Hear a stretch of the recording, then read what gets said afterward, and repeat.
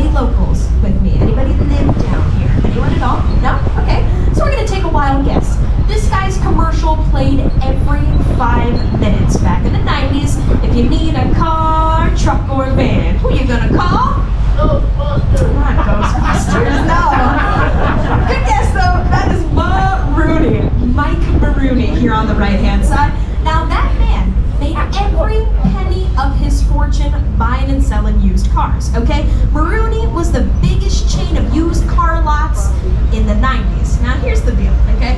This one upsets me. It hurts my feelings a little talking about it, and let me tell you why. When I was growing up, my mom said, Monica, go to school, get good grades, don't be a used car salesman, okay? Y'all, I went to school, I got my degree, I said, Mom, I'm the captain of the Jungle Queen, and I'm still pointing out the used car salesman's house, all right? No shame in that. Now, here on the left-hand, 3-story house with the columns and the little gazebo in the backyard. One more show of hands, does anyone have a membership to LA Fitness by chance? Oh, wonderful, I saw someone up at the front. Now, if you raised your hands, you helped buy that house on the left-hand side. That would be the CEO of LA Fitness. Now, here's the deal. I know I started off strong here. We're going to talk about crazy stuff today, right? Clearly, there's going to be millionaires, billionaires, all the above. If you take home anything from my tour, take home one good idea.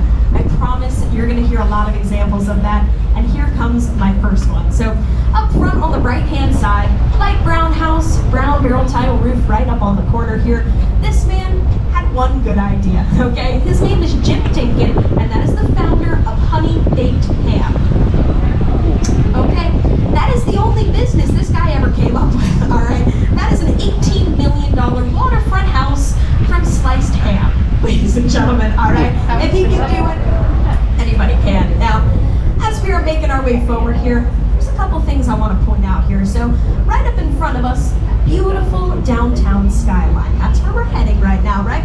Now, what you also may notice is all these red and green things poking out of the water. Now, we're going to make a right, and that's going to take us downtown. But we also have a chance to make a left. What happens if we go that way? Well, in 2 hours, we'd be in Bayside Marketplace, Miami. All right? Keep going south for about 4 hours. We would be in Key West. Okay? Go south from there another hour. We'd be in Cuba. Yeah. And right after we land in Cuba, we'd all be in jail. Yeah, absolutely. So, jokes aside, we're going to go right. We're going to take you downtown. Now, let's back up a minute. I said right. I said left. I did not say middle. But look at all these boats in the middle, all right? That is our local sandbar on the left-hand side. Now, if you don't know what a sandbar is, I'll keep it as simple as possible. This is the party spot, ladies and gentlemen. The water is real shallow. If you look close enough, all those people in the middle, they're standing, okay? This is really, really shallow water. The small boats come out here, drop the anchor, swim in the water, and have a good time. Now, before I get too much into this, I gotta shout out my favorite boat here. You see the one kind of close to us with all the flags flying on top of it? It says seafood, it says hot dogs, all the above. I don't even know what it says anymore. That is a full-service floating restaurant, ladies and gentlemen. That is Jay's Sandbar Food Boat. He's been here for like 25 years. That guy is a legend out here on the sandbar. Now, I don't know if you caught the phone number on the side of the boat as well. If you call them, it's not just pickup, y'all. He does delivery, okay? You see the little teeny tiny boat he's got tied up with him? That's the delivery boat, ladies and gentlemen. Now, here's the deal. You've seen a lot already, but you haven't seen anything yet, okay?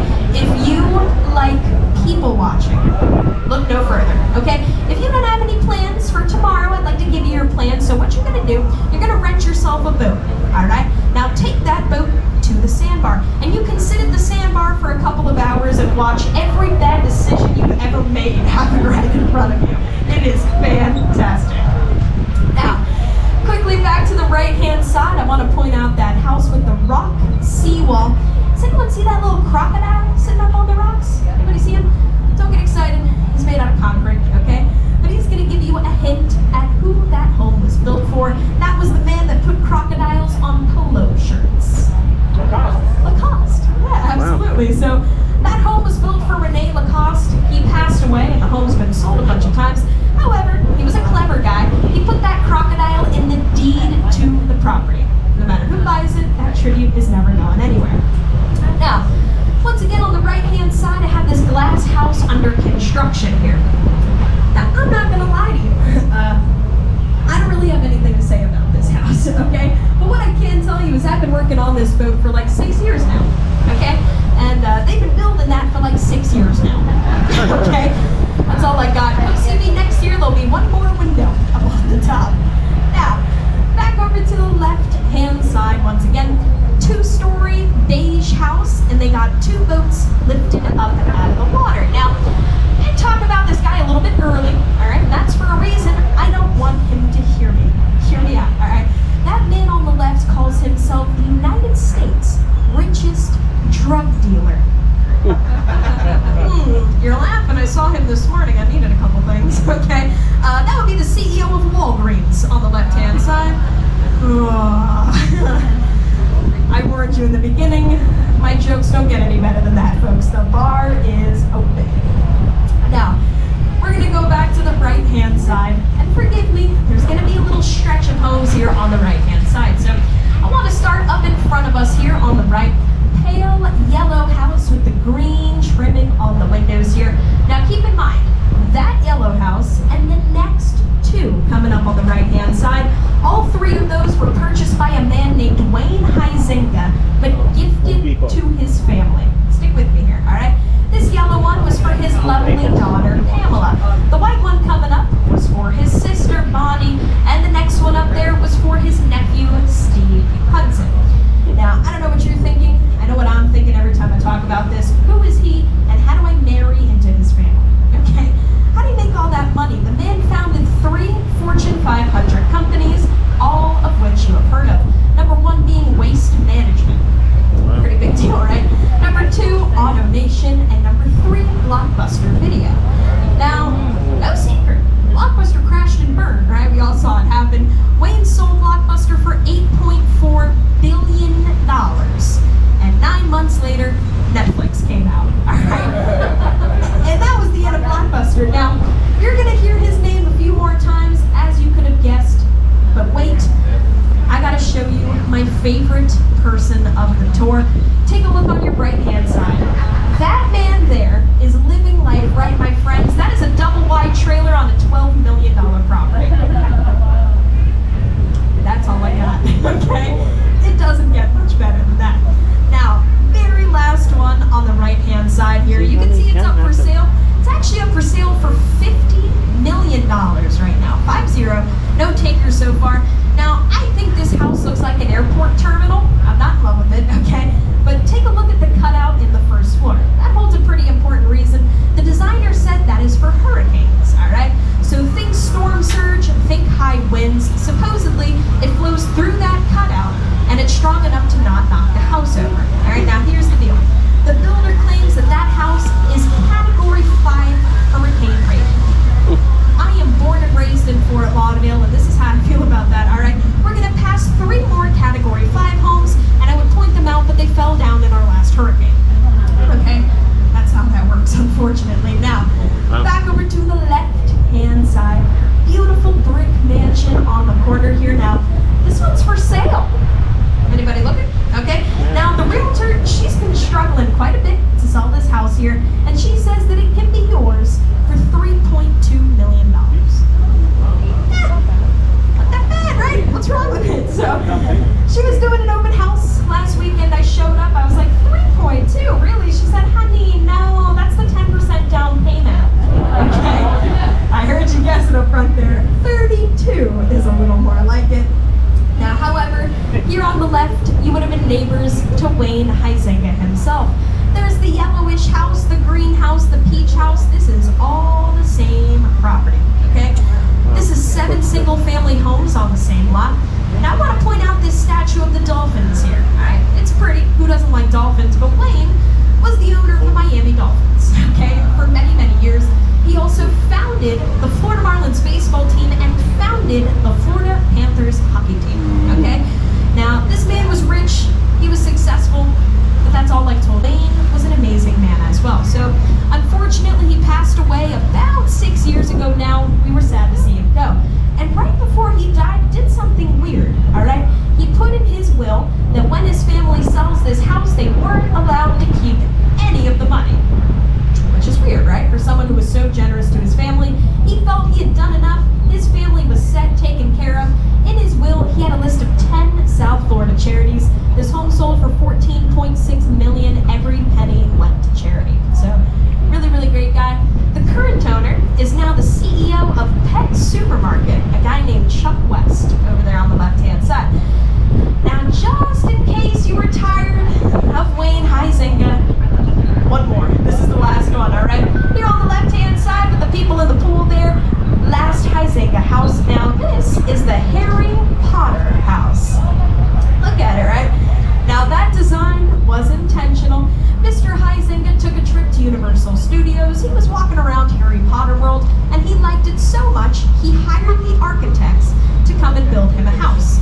Now, this is where it gets funny, because later in life, Wayne admitted he had never seen Harry Potter.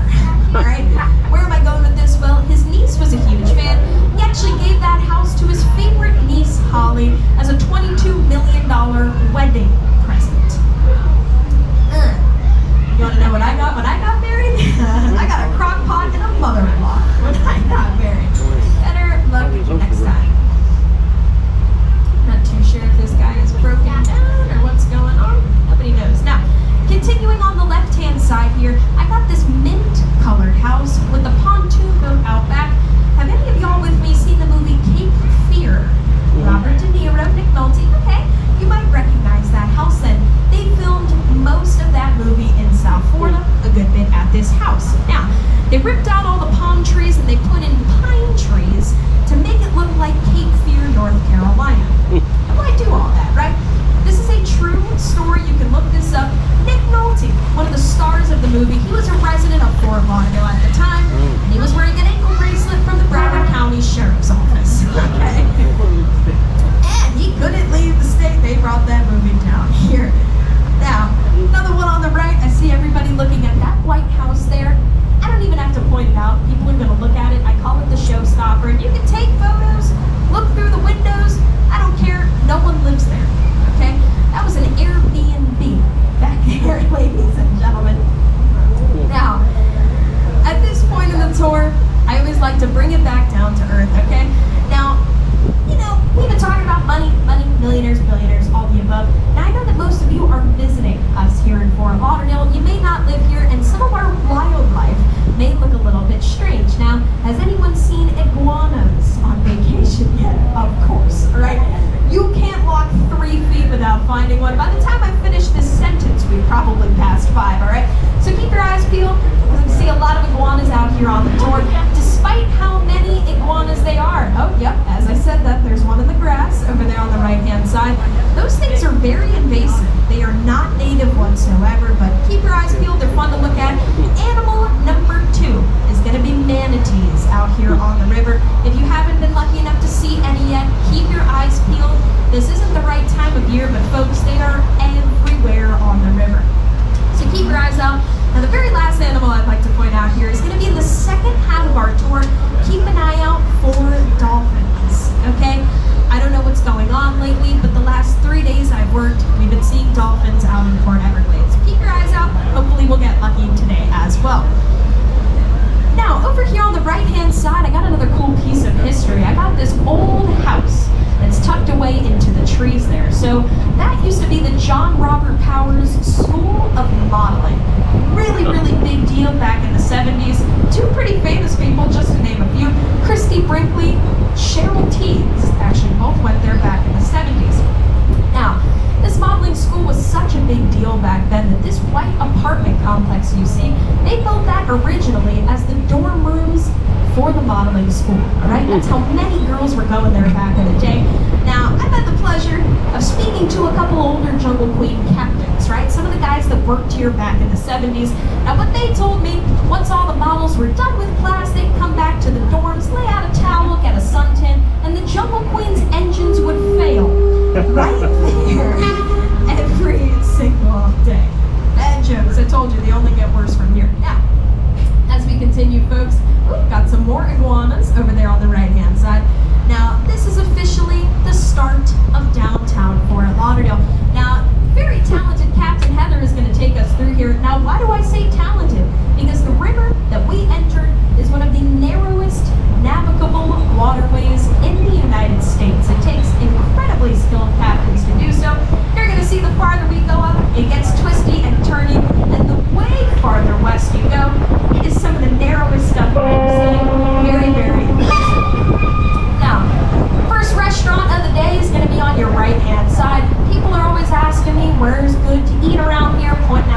spots. This is going to be the boathouse on your right-hand side. Beautiful waterfront dining. Now, the boathouse is a part of the historic Riverside Hotel. That's this taller green building here. That is the oldest hotel in Fort Lauderdale, built back in 1936. Now, a little fun fact about the Riverside here, their proudest achievement, okay? When they opened their doors in 1936, all the way up until today, they have never closed their doors for business. Not for hurricanes, not for COVID. That was actually one of Broward's first hurricane shelters. So, really cool history there. Now, as we slow down, this is something I don't normally get to say, but right underneath the boat right now, about 30 feet beneath us, there are cars driving under us, all right? Believe it or not, we are floating on top of the Henry E. Kinney Tunnel, one of only 2 tunnels in the entire state of Florida. This is US 1, Federal Highway, directly beneath us here. Now, one more thing on the right-hand side, this White House on your right. So here's the deal. I said we ran out of houses, and that one looks a little bit strange. Surrounded by all these high-rises, it looks kind of old school. That is the oldest surviving building in Fort Lauderdale back there, built in 1901. Now, depending what state you're from or what country you're from, 1901 may not sound very old, but down here where we get hurricanes, humidity, salt water, 1901 is incredibly old. Now, the Stranahan House back there was built as a Seminole Indian trading post. Over the years, it's been a post office, a general store, all the above. Nowadays, it's a museum, and I cannot recommend them enough. If you have time to visit the Stranahan House here, do me a favor, find George. This is my local secret.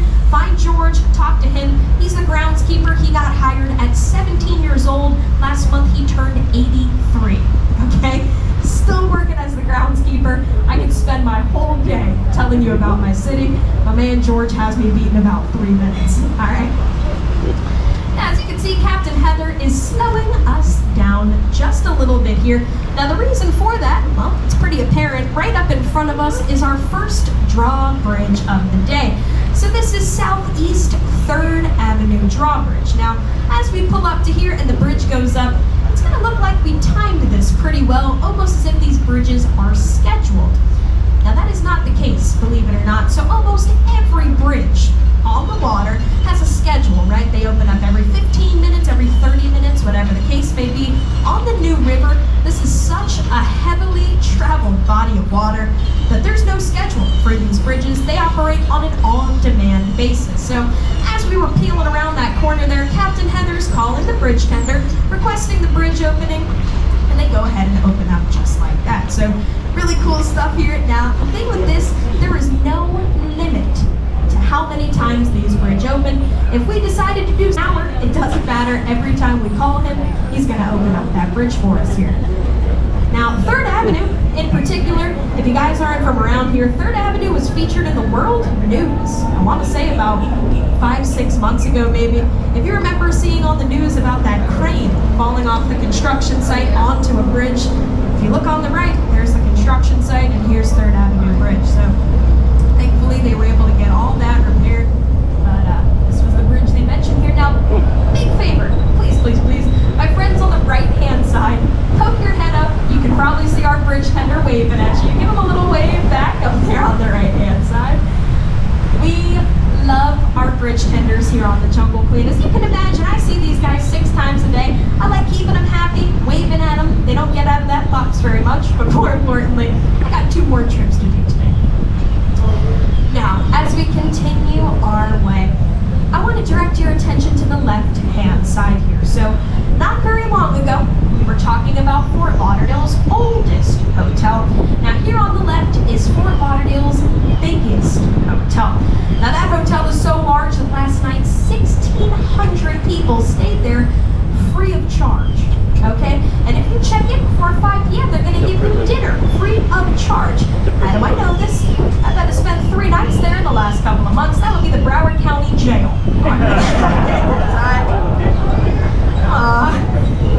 You laughed at that the most. That wasn't a joke. Okay? That is the jail, though. All right? That beige building is the Broward County main jail. That pink building was the Broward County Courthouse. Now, I like to make this lighthearted, and I like to use myself as the butt of the joke, and that's for one reason, okay? You wouldn't be smiling as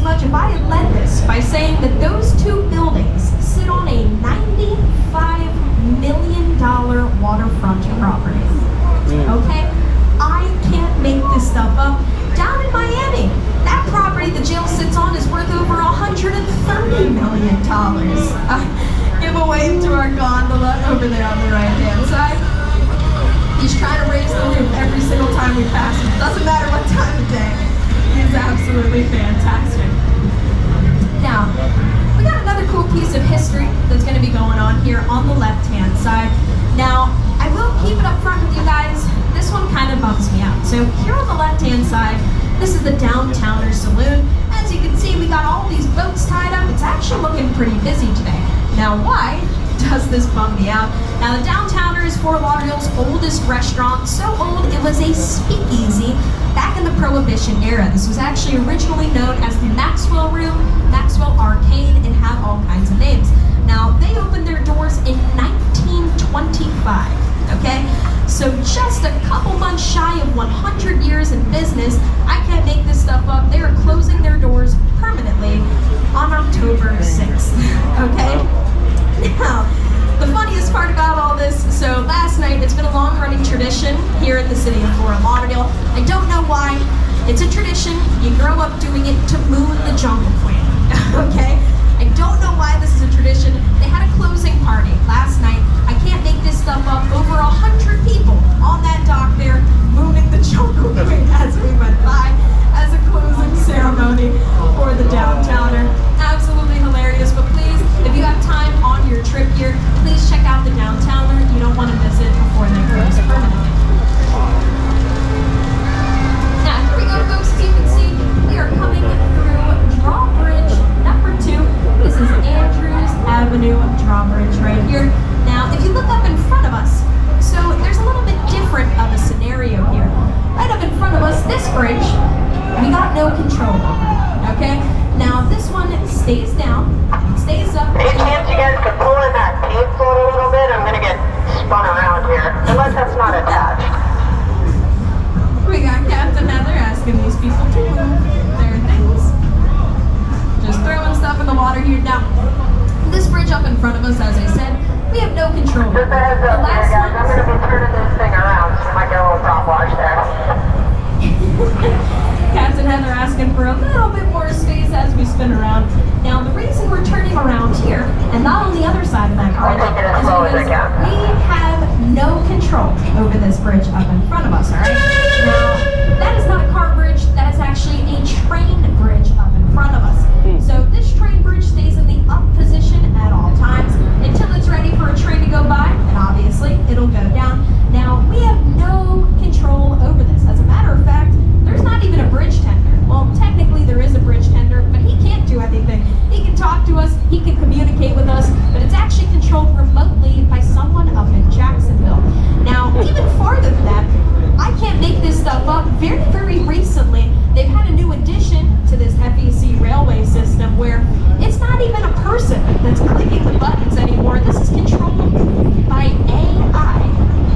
I'm not making this stuff up. It makes it very scary for me to drive this boat lately. All of a sudden on the radio, here comes a robot lady saying the bridge is going down in 2 minutes. You better hope that you made it through the bridge because there's no one to stop it from coming down on top of you. So we'll see how that works in the next couple of months here. They say it's a good addition. I'm not too sure about that yet here. Now, as you can see, we have spun this boat around. Now that means a couple of things for you guys here. Now the first thing that means